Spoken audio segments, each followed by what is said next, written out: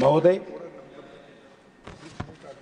इस एमएमडीआर के अमेंडमेंट प्रस्ताव पर डॉक्टर भीम सिंह से अयोध्या राम जी से लेकर लगभग 19 महानुभाव आखिरी में महेंद्र भट्ट जी तक अपने अपने समर्थन करते हुए सुझाव भी दिया है और कंस्ट्रक्टिव सुझाव भी दिया है। मैं सदन में सभी माननीय सदस्यों को इस एमएमडीआर अमेंडमेंट बिल पर चर्चा के संदर्भ में अपने विचार प्रकट किया है और बिल की संशोधन पर महत्वपूर्ण चर्चा भी हुई है। मैं सबको धन्यवाद भी देता हूं। माननीय प्रधानमंत्री नरेंद्र मोदी जी के नेतृत्व में माइनिंग सेक्टर में 215 से लेकर लगातार ऐसे ऐतिहासिक रिफॉर्म्स लाए गए हैं। इस सेक्टर में लगभग 5T फार्मूला लेकर मिनिस्ट्री आगे बढ़ रही है। एक ट्रांसपेरेंसी एक्शन से लेकर पूरी माइनिंग सेक्टर में पूरा ट्रांसपेरेंसी के साथ माइनिंग मिनिस्ट्री काम कर रही है। दूसरा, टेक्नोलॉजिकल एडवांसमेंट, टेक्नोलॉजी से माध्यम से प्रोडक्शन बढ़ाया है और इस दिशा में आज माइनिंग सेक्टर देश में आगे बढ़ रही है। ट्रस्ट भी है, पहले ट्रस्ट नहीं थे। स्टेक होल्डर्स को, जनता को हमारे ऊपर विश्वास बढ़ा है। उसके कारण हमारी भारत की प्रोडक्शन माइनिंग सेक्टर में कोल का हो, other major and minor mineral हो, उसका प्रोडक्शन भी बढ़ा है। कॉर्पोरेट सोशल रेस्पॉन्सिबिलिटी के सीधा उपयोग कर रहे हैं। हम एक टीम वर्क के साथ काम कर रहे हैं। केंद्र हो, राज्य सरकार हो और स्टेक होल्डर्स हो, सभी एक कोऑपरेटिव फेडरलिज्म के साथ काम कर रही हैं। इसके कारण मेजॉरिटी स्टेट्स, जो भारत सरकार का नरेंद्र मोदी जी का विजन था, विजन के आधार पर आज वो लोग एक्शन रिजीम में आए। ट्रांसफॉर्मेशन, इन सभी विषयों पर कमिटमेंट से काम करने से पूरा माइन सेक्टर में ट्रांसफॉर्मेशन दिखाई दे रही है। हमें लगातार प्रयास किया है भारत माइनिंग सेक्टर देश की आर्थिक व्यवस्था में भी हो, एम्प्लॉयमेंट में भी हो, ताकत बने रहे, चाहे वो जीडीपी बढ़ते योगदान हो, विकसित भारत की लक्ष्य पूरा करने का संकल्प हो, या फिर ग्लोबल प्लेयर बनने का सपना हो। हर एक लक्ष्य में नरेंद्र मोदी जी सरकार दृढ़ निश्चय और निरंतर प्रयास के साथ आगे बढ़ रही है। जी, आज ऐसी पोटेंशियल सेक्टर का देश के लिए सही उपयोग कराने में सरकार प्लान कर रही है। आपको मालूम है अध्यक्ष जी, जो आज माइनिंग सेक्टर, वो कोल हो, माइन हो, बात करना है तो जरूर 2014 से पूर्व इस देश में क्या स्थिति रही है, जरूर बात करना है। अगर वो बात नहीं करे तो असंपूर्ण होगा, क्योंकि 2014 से पहले माइनिंग सेक्टर में भ्रष्टाचार थे, भाई भतीजावाद थे, भयानक वातावरण था। माइनिंग राइट्स के लिए फेवरेटिज्म से करप्शन बढ़ा गया है। भाई भतीजा से पॉलिटिक्स कनेक्शंस, सेलेक्टर लोगों को लाइसेंसेस, लीजेस दिया जाता था और पॉलिसी में अनिश्चित थी, कानून की विवाद थी, लीगल डिस्प्यूट्स थी, एडमिनिस्ट्रेशन पैरालिसिस थी, माइनिंग सेक्टर के बदनाम थी, सत्ता को पूरा दुरुपयोग करते थे। आज भी अध्यक्ष जी, आज गूगल में जाकर, नहीं तो एआई में जाकर बोलते हुआ उपसभापति दर्ज किया जाए। कोलगेट के लिए अगर सर्च किए तो हमारा कोयला का स्कैम निकलता है। दुनिया के किधर भी कोयला का स्कैम निकलता है। आज काग रिपोर्ट किया है और कंट्रोल जनरल पूरा इन डिटेल दिया गया है। सुप्रीम कोर्ट में जजमेंट दिया है। लगभग अध्यक्ष जी एक 1,86,000 करोड़ का स्कैम सिर्फ कोल में हुआ है। ये अलॉटमेंट बेसिस पर ब्लॉक अलोकेशन होता था। पार्टी ऑफिस में व्हाइट पेपर को चिट्ठी लिखते थे, मिनिस्ट्री में मिनिस्ट्री अलॉट करते थे। दुनिया में कैसा ऐसा नहीं था, कोई कंपनी है नहीं। उसके बाद अलॉटमेंट होने के बाद कंपनी रजिस्ट्रेशन किया है। बहुत पहले कंपनी नहीं थे, अलॉटमेंट होता था, उसके बाद कंपनी का रजिस्ट्रेशन होता था। ऐसा कोल स्कैम भारत में हुआ है। कितना बदलाव लाए हैं ये बताने के लिए बहस करूं। 2014 से पूर्व भारत में कैसा कोल स्कैम था, कैसा मिनिस्ट्री काम करता था, कैसा सरकार काम करते थे, कितने पैसे लूटते थे, कैसी coal blocks mining blocks allotment होता था, उसको कैसा बदलाव किया है नरेंद्र मोदी जी, ये बताने के लिए मैं बता रहा हूं। करप्शन था, no transparency, no monitoring, no accountability, only favouritism, mining mafia, court cases, inquiries, ऐसी अलग अलग इश्यूज उस समय होते थे। उसको पूरा आज भारत सरकार ने 2014 के बाद बदला है। 2014 का सुप्रीम कोर्ट जजमेंट दिया है। जजमेंट देकर लगभग 204 अलॉटेड कोल माइंस, काम करने वाले कोल माइंस भारत सरकार अलॉट किया है, उसको सुप्रीम कोर्ट ने रद्द किया गया। ये बताया गया ये माइनिंग मिनरल्स हो, कोल हो, ये नेशनल प्रॉपर्टी है, कोई बाप का जागीर नहीं है। इसका पूरा देश के लिए, देश के हित के लिए, देश के विकास के लिए, देश के गरीब के लिए खर्च होना चाहिए। ये ऐसी लूट लेना चाहिए, ऐसा सुप्रीम कोर्ट ने कैटेगरिकली वो 204 कोल बैंड्स को रद्द किया गया। अध्यक्ष जी, भ्रष्टाचार को खत्म करते हुए नरेंद्र मोदी जी सरकार माइनिंग ब्लॉक्स का जो ब्लॉक्स है उसका, कोल ब्लॉक्स का हो, एक्शन रिजिम में लाए हैं पूरा ट्रांसपेरेंसी के साथ।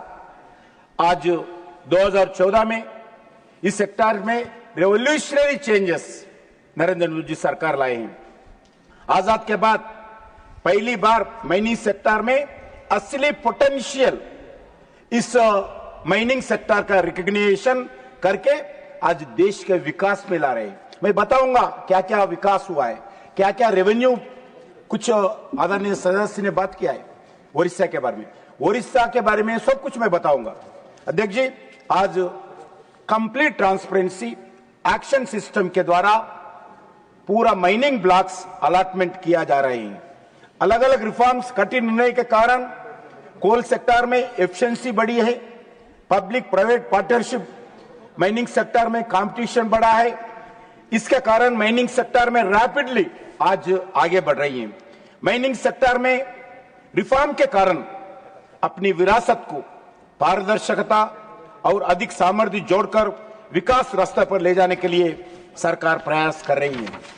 पिछले 10 वर्षों के किए गए रिफॉर्म्स आज माइनिंग सेक्टर में ट्रांसपेरेंसी और एफिशिएंसी बढ़ा है।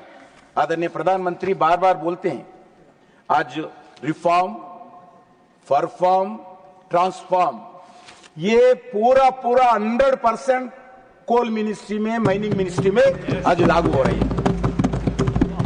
नरेंद्र मोदी जी के प्रोग्रेसिव निर्णय के कारण ट्रांसपेरेंसी बढ़े हैं। प्राइवेट सेक्टर को प्रोत्साहन देने के लिए माइनिंग एक्टिविटी में प्रॉपर टेक्नोलॉजी प्रयोग कर रही है। इसी के कारण आज इजी ऑफ डूइंग बिजनेस के बढ़ा है, तद्वारा एक्सप्लोरेशन और माइनिंग सेक्टर में प्रोडक्शन बढ़ा है। इतना ही नहीं, राज्य सरकारों को भी कई गुना रेवेन्यू भी नरेंद्र मोदी जी के कारण आज स्टेट गवर्नमेंट्स को रेवेन्यू बढ़ा है। पिछले 10 वर्षों में राज्य सरकारों को पहले माइनिंग सेक्टर में माइनिंग मिनिस्ट्री के द्वारा स्टेट गवर्नमेंट्स को 68,000 करोड़ मिलता था, 68,000 करोड़। आज 6,85,142 करोड़ स्टेट गवर्नमेंट्स को मिल रही है। सिर्फ ओडिशा का सदस्य नहीं है, ओडिशा का हर साल 25,000 से 50,000 करोड़ से उड़ीसा 50,000 करोड़ से ज्यादा रेवेन्यू मिलता है। आदरणीय सदस्य को मालूम है। जो स्टेट गवर्नमेंट को रॉयल्टी 100% स्टेट गवर्नमेंट को जाता है, 1 रुपए केंद्र सरकार नहीं लेती है। ये रॉयल्टी लाया और प्रीमियम 100% स्टेट गवर्नमेंट मिलता है, 1 रुपए केंद्र सरकार नहीं लेती है। डीएमएफ 100% केंद्र सरकार लिया है, लेते हैं, 1 रुपए भी सेंट्रल गवर्नमेंट नहीं लेती है। उसके अलावा transit fees, rural education cess, primary education cess, public works and road cess और डेवलपमेंट सेस, एनवायरमेंटल सेस, कोविड-19 सेस, मैनेजमेंट सेस, ऐसी अलग अलग सेस स्टेट गवर्नमेंट्स को इस माइनिंग सेक्टर के द्वारा, कोल सेक्टर में भी हो, मिनरल्स पे भी हो, लेते स्टेट गवर्नमेंट। केंद्र सरकार को सिर्फ जीएसटी से, माइनिंग में जीएसटी से 50% मिलता है। हमारा माइनिंग मिनिस्ट्री में बार बार चर्चा करते हैं, सिर्फ पैसे के लिए केंद्र सरकार काम नहीं करते हैं, भारत को विकास के लिए जो मिनरल जरूरत है, जो कोल जरूरत है, उसके लिए नरेंद्र मोदी सरकार काम करते हैं। आदरणीय अध्यक्ष जी, मैं बताना चाहता हूं, आज इंडिया 5th लार्जेस्ट जियोलॉजिकल कोल रिसोर्सेस है। ये इसमें अभी भारत सरकार प्रोडक्शन बढ़ाया, इसके कारण India second largest coal producer in the world now, आज second largest coal consumer now दुनिया में। गेवरा हमारा छत्तीसगढ़ में है, दुनिया के सेकंड लार्जेस्ट कोल माइन है गेवरा छत्तीसगढ़ का। India coal production 1 billion tons, पहली बार इस साल मोदी जी के नेतृत्व में 1 बिलियन टन आज क्रॉस हुआ है। आज कोल डिस्पैच में भी इस साल रिकॉर्ड लेवल पर कोच डिस्पैच हुआ है। उसके कारण कोल कंजम्पशन भी इस साल बढ़ा है। Coal contributes 55% India's overall energy, 74% of power generation, 74% of power generation coal के द्वारा आज भारत में पावर जनरेशन हो रही है। उतना ही नहीं, पावर डिमांड जो रहने के बाद भी कोल इंपोर्ट्स इस साल कम हुआ है। पहली बार इस साल नरेंद्र मोदी जी के नेतृत्व में कोल इंपोर्ट आज 8% कम हुआ है। लगभग $8 मिलियन, 60,000 करोड़ इस साल कोल इंपोर्ट का पैसे बचा है फॉरेन एक्सचेंज। उतना ही नहीं, आज नॉन रेगुलेटेड सेक्टर में भी कोल का प्रोडक्शन बढ़ने के कारण इंपोर्ट कम हुआ है इस साल। आज पावर प्लांट्स, आज लगभग कोल स्टॉक्स पहले 10 दिन से लेकर 17 दिन तक कोल रखते थे पावर प्लांट्स में, आज 27 डेज का पावर कोल स्टॉक्स आज सभी पावर जनरेशन कंपनी के पास है। आदरणीय प्रधानमंत्री जी, हर रोज कितने पावर प्रोडक्शन हुआ, कितने ट्रांसफर हुआ, ट्रांसपोर्ट किया है, कितने आज पावर जनरेशन कंपनी के पास कोल है, हर दिन प्रधानमंत्री जी रिपोर्ट लेते हैं। क्योंकि आज कभी भी नेचुरल कैलेमिटी है तो पावर 1 मिनट भी रोकना नहीं चाहिए। मुझे मालूम है, मैं किसान का हूं, मैं हैदराबाद से आता हूं, देश में पावर के लिए कितने शॉर्टेज होता था। आज कोई स्टेट पावर शॉर्टेज नहीं है। जितना पावर जनरेशन करना चाहते हैं उतना कोल देने के लिए हमारा मिनिस्ट्री तैयार है। अध्यक्ष जी, आज भारत का आयरन ओर प्रोडक्शन जो 2014 से कंपेयर किए तो 90% इस 10 साल में आयरन ओर, जो स्टील बनाते हैं आयरन ओर, उसका प्रोडक्शन बढ़ा है। 2014 में 152 मिलियन टन था, आज लगभग 289 मिलियन टन प्रोडक्शन बन गई। सीमेंट बनाते हैं लाइमस्टोन से, उसका प्रोडक्शन 60% इस 10 साल में बढ़ा है। 2014 में 181 मिलियन टन था, आज 450 मिलियन टन है। बॉक्साइट का प्रोडक्शन 71% बढ़ा है, कोल प्रोडक्शन 81% बढ़ा है, आज एल्यूमिनियम प्रोडक्शन 147% बढ़ा है। आने वाले समय में मिनरल प्रोडक्शन कई गुना बढ़ने का संभावना है। हम एक्सपेक्ट कर रहे हैं, हमें अंदाजा लगा रहे हैं, आज 2030 तक आयरन और 450 मिलियन टन भारत को चाहिए। लाइमस्टोन 730 मिलियन टन 2030 के लिए चाहिए। बॉक्साइट 37 मिलियन टन 2030 तक चाहिए। कोल 1533 मिलियन टन चाहिए। हम स्टील में भी सेकंड प्लेस में हैं।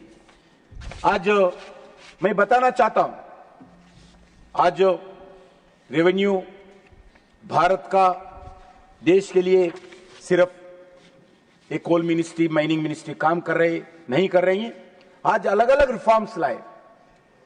रिफॉर्म्स का कारण आज कोल प्रोडक्शन, मिनरल प्रोडक्शन, अलग अलग प्रोडक्शन बढ़े हैं। आज कोल इंडिया सिर्फ कोल ही नहीं है, एनएलसी सिर्फ लिग्नेट ही नहीं है, अलग अलग रिन्यूएबल एनर्जी में भी हमारा माइनिंग मिनिस्ट्री का, कोल मिनिस्ट्री का एक एनएलसी ले है, उनका 1 गीगावाट रिन्यूएबल एनर्जी जनरेट किया है। और दुनिया में सबसे बड़ा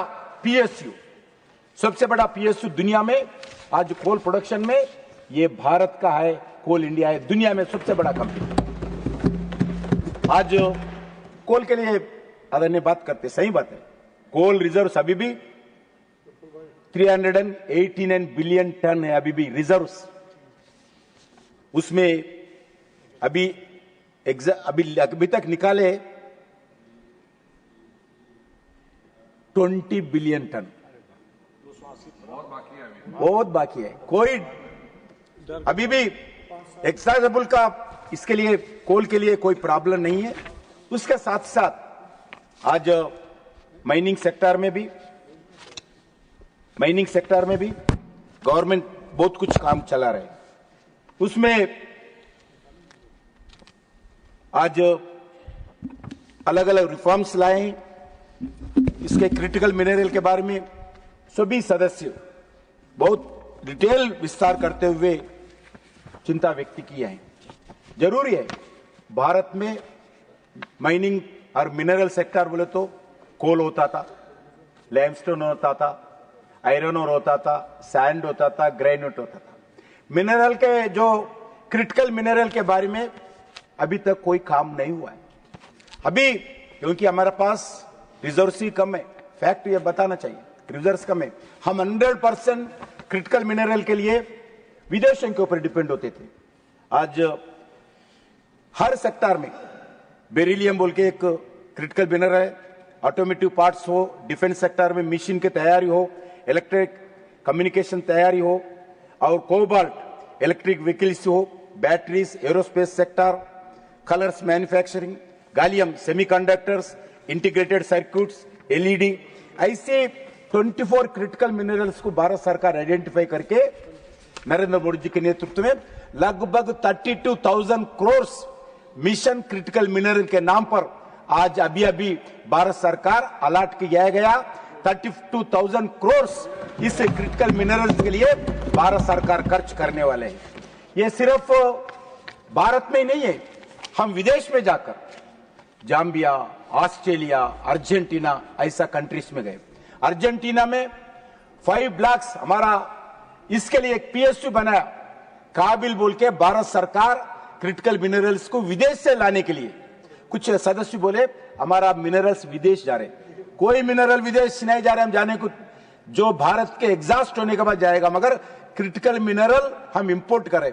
इसलिए 24 क्रिटिकल मिनरल्स पे 100% ड्यूटी फ्री किया है भारत सरकार। कोई भी देश से भारत को अगर क्रिटिकल मिनरल है तो 1 रुपए भी भारत सरकार उनके ड्यूटी फ्री ने पैसे नहीं लेंगे, कोई टैक्स नहीं लेंगे, ड्यूटी फ्री लाए।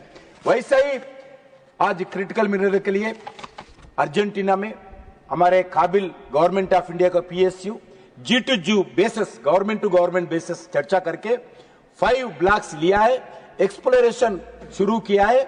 आज एक्सप्लोरेशन मेरे ख्याल से next year second year complete होगा, प्रोडक्शन लाकर लिथियम लाने वाला है। वैसे जाम्बिया में भी 9,000 किलोमीटर्स का जो लैंड हम लिया है, वो भी आने वाले दिन में प्रोडक्शन करके लाने वाले हैं। नरेंद्र मोदी जी अभी लेटेस्ट 5 देशों में विदेश किया है। हर देश में सभी विषय चर्चा करते हुए आज क्रिटिकल मिनरल के बारे में आदरणीय प्रधानमंत्री जी चर्चा करके आए। नरेंद्र मोदी जी कोई टूर जाते हैं, ऐसे टूर करने के लिए नहीं जाते हैं, उनमें स्वार्थ है, भारत का विकास का स्वार्थ है। हर विषय पर, हर कदम कदम पर भारत के विकास के लिए नरेंद्र मोदी जी सोचते हैं। ये आज मैं आपके सामने लाना चाहता हूं। विकसित भारत को टारगेट को अचीव करने के लिए ये क्रिटिकल मिनरल मिशन स्थापना किया है। आज एक प्रोग्रेसिव कदम नरेंद्र मोदी जी के नेतृत्व में भारत सरकार लिया है। मोदी जी के विजन के अनुसार मिनरल सिक्योरिटी और एनर्जी ट्रांजिशन को परिवर्तन गति देने के लिए ये मिशन लाए गए हैं। इस मिशन के द्वारा भारत का इकोनॉमी हर सेक्टर में ताकत होगा। 2014 तक क्रिटिकल मिनरल्स में भारत में कोई काम नहीं हुआ है। अभी इसका काम में आगे बढ़ रही है। मिशन मोड पर हम काम कर रहे हैं। इंटरनेशनल एनर्जी एजेंसीज के अनुसार इलेक्ट्रिक व्हीकल के लिए लिथियम या सोलर एनर्जी, ऐसी अलग अलग क्रिटिकल मिनरल्स भारत में नहीं सारी दुनिया में 3 गुना 4 गुना बनने वाला है। बहुत बड़ा कंपटीशन होने वाला है। हम इसके लिए अब R&D शुरू किया है। इसके लिए एक्सप्लोरेशन के काम में बढ़ाने के लिए प्रयास किया है। इसके लिए एक ट्रस्ट बनाया।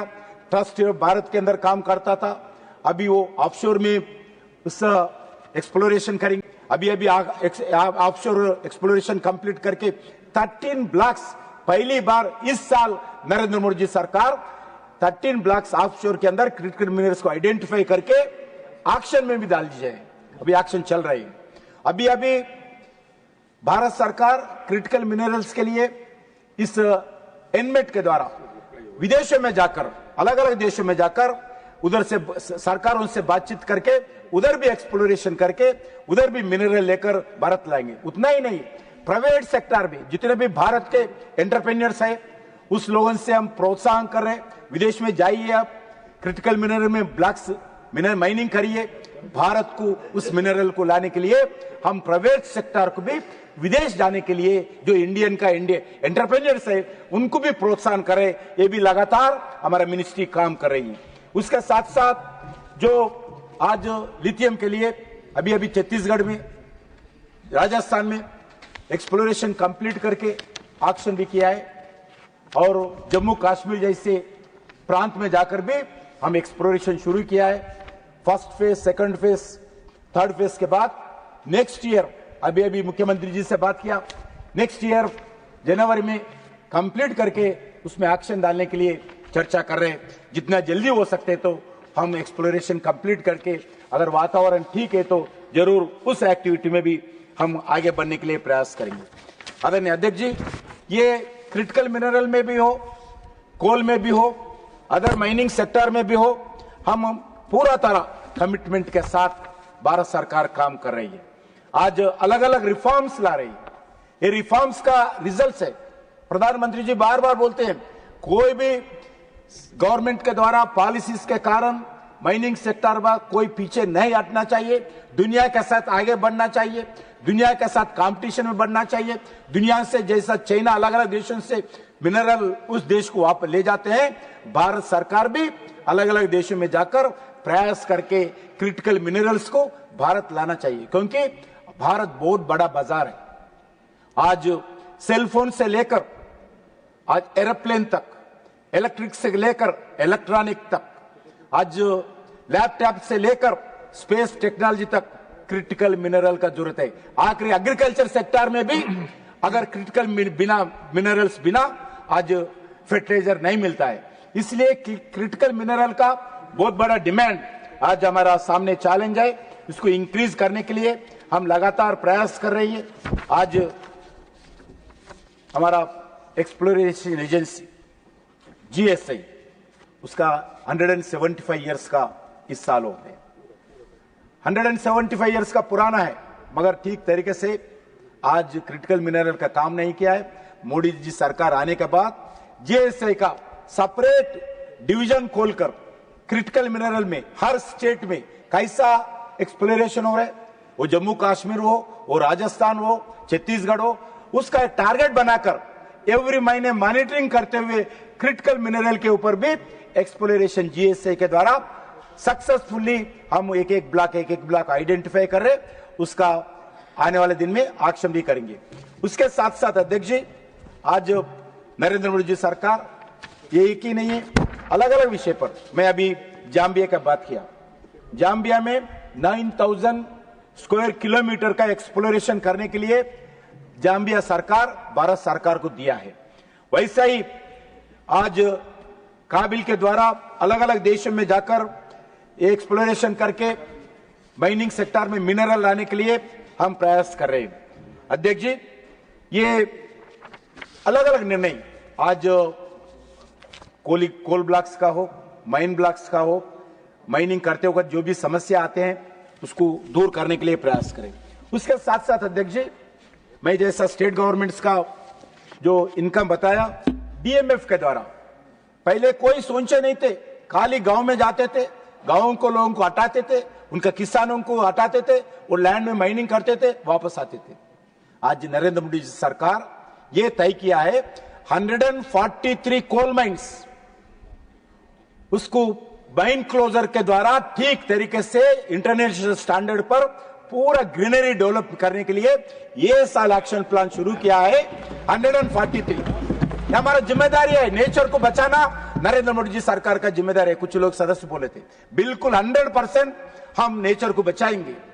वैसा ही जो आजू बाजू लोग जो इफेक्टेड पीपल है, कोल माइनिंग हो, अदर माइनिंग से इफेक्टेड पीपल है, उनके विकास के लिए भी डिस्ट्रिक्ट मिनरल फंड के नाम पर भारत सरकार पहली बार एक अलग फंड क्रिएट करके जो एक इफेक्टेड पीपल को देने के लिए किया, वो राज्य सरकारों के द्वारा जिस जिला कलेक्टर नेतृत्व में, वो जिला का MP हो, जिला का MLA हो, जिला का लोकल बॉडी मेंबर्स हो, सभी लोगों को मिलकर वो DMF दिया गया। आज मैं बताना चाहता हूं, नरेंद्र मोदी सरकार DMF का स्थापना के बाद 1,15,000 करोड़ 1,15,000 करोड़ DMF के द्वारा हर जिला में, आज देश भर में आज एस्पिरेशन डिस्ट्रिक्ट्स है, एस्पिरेशन डिस्ट्रिक्ट्स में भी DMF एस्पिरेशन डिस्ट्रिक्ट्स के नाते लगभग 34,000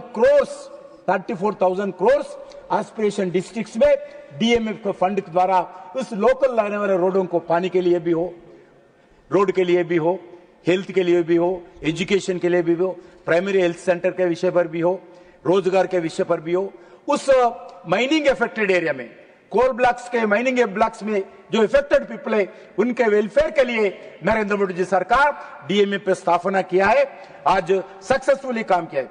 इसके भी कुछ सदस्य पूछ रहे थे, इसका ठीक तरीके से आज पहली बार हम DMF का भी CAG का ऑडिट करने के लिए आज सरकार ने निर्णय किया, नरेंद्र मोदी जी आदेश दिया है।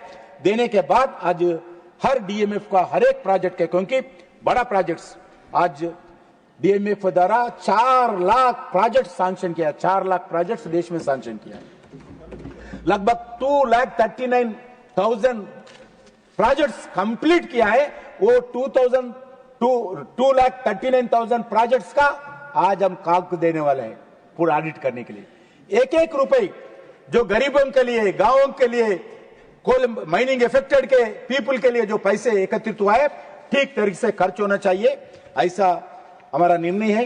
वैसा ही उड़ीसा में सबसे ज्यादा DMF पैसे किधर तो भी है, वो उड़ीसा में है, गरीब लोगों के लिए, इफेक्टेड पीपल के लिए। इसलिए उड़ीसा में भी भारत सरकार पूरा विकास के लिए, क्योंकि हमारा जिम्मेदारी है उड़ीसा का हर व्यक्ति का विकास करना, नरेंद्र मोदी जी सरकार के ऊपर विश्वास देकर आशीर्वाद दिया है, इसीलिए उड़ीसा का जनता को माइनिंग, क्योंकि उड़ीसा में हर साल 50,000 करोड़ से ज्यादा पैसा उड़ीसा सरकार में आते हैं, इसलिए गरीब जनता का विकास का, उनका वेलफेयर का जिम्मेदार हम लेते हैं।